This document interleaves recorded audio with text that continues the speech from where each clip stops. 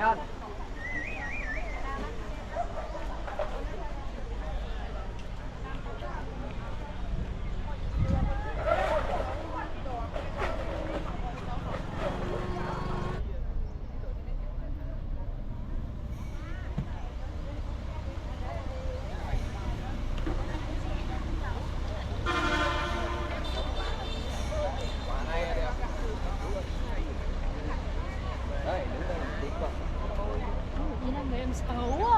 Xấu lên cảnh thiên nhiên nó hơi bị đẹp. Kia nó bầu bãi à.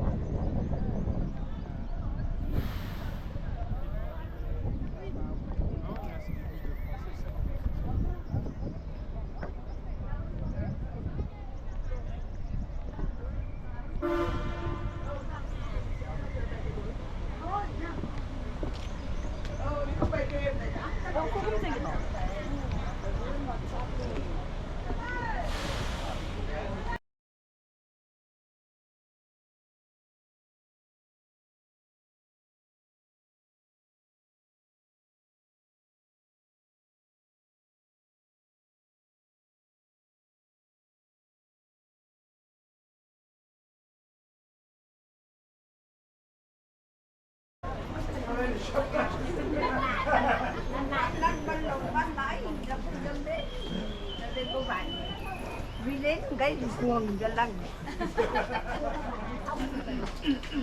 Em mua cái bà cái gì tí nào mà tôi chúng ta cùng lấy ơi. Em mua cái bà cái gì tí nào các bạn cùng hết trên đường cái số máy. Moi là quand je vais rentrer, je vais faire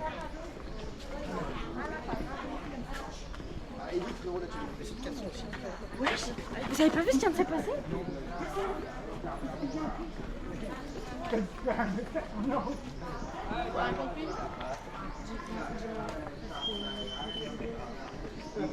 Hello. A Di Đà Phật. Thế còn gì nữa? Nó như năm thật nhé tổng nhé. À gì? Này viên đá là một rơi.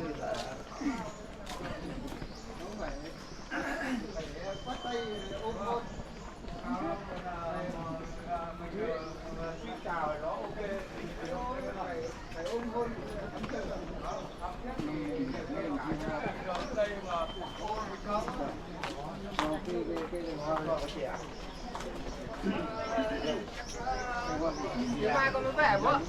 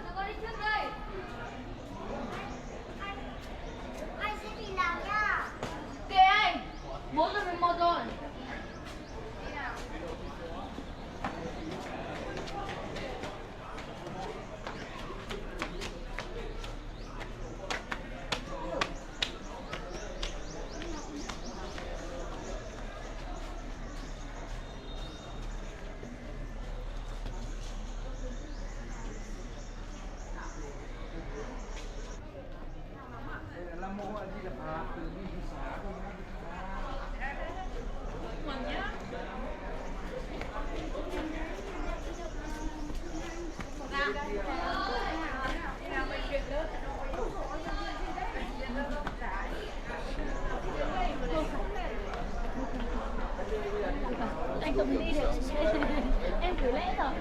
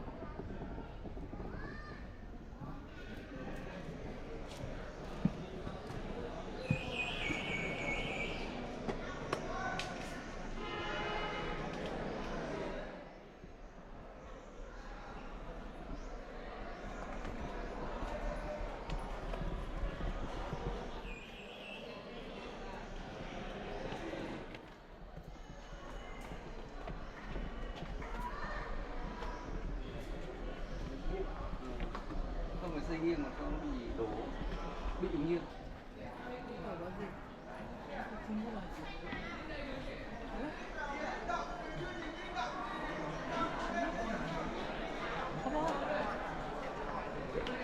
얼마나 걸어요?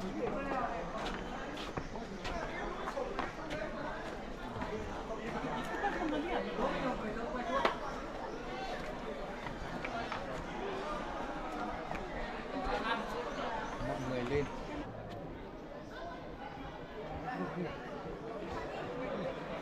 Nhiều chưa? Chưa. Đây đây đây, tam động. Hang ngủ.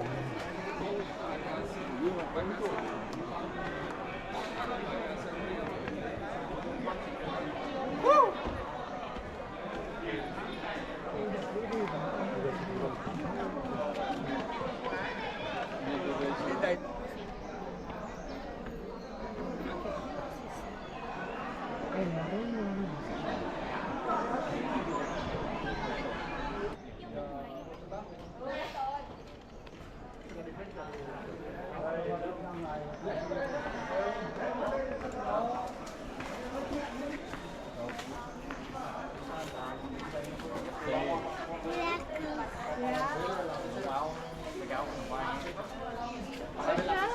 Còn nãy giờ tiệc toàn áo MU rồi.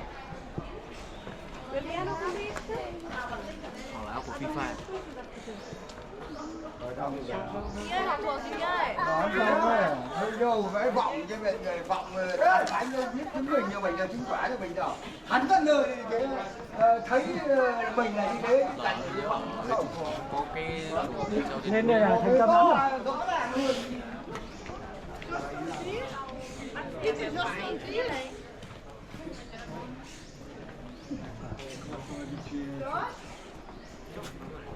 ở đây chỉ có cho Phật giáo. Này nó mặn.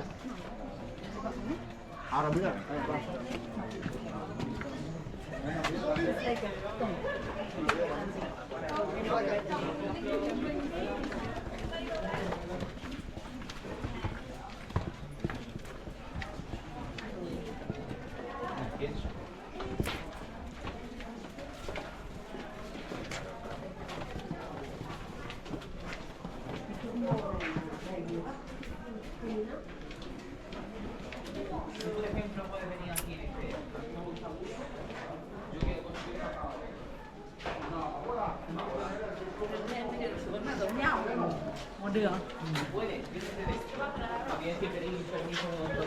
Nói gì chị?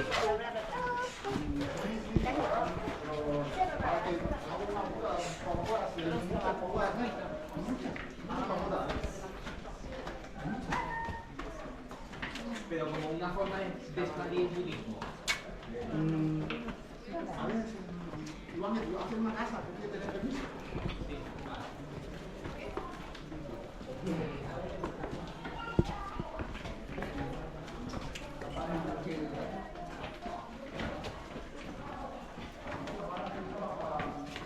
Anh ơi.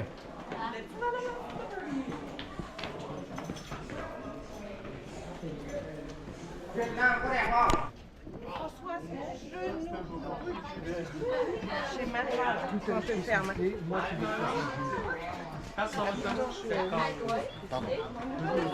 물로 기어 들어가는 거야?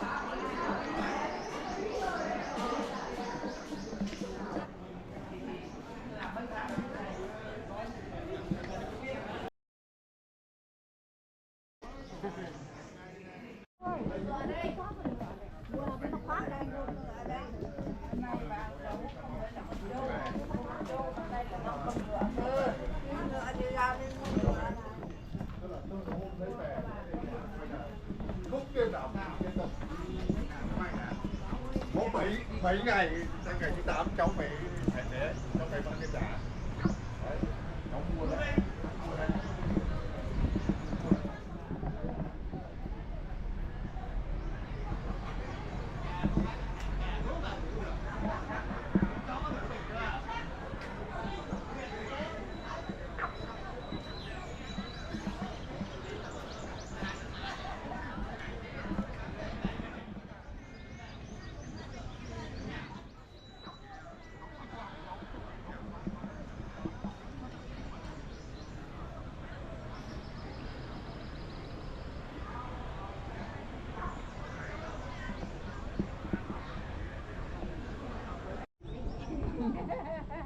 Định lừa nhau.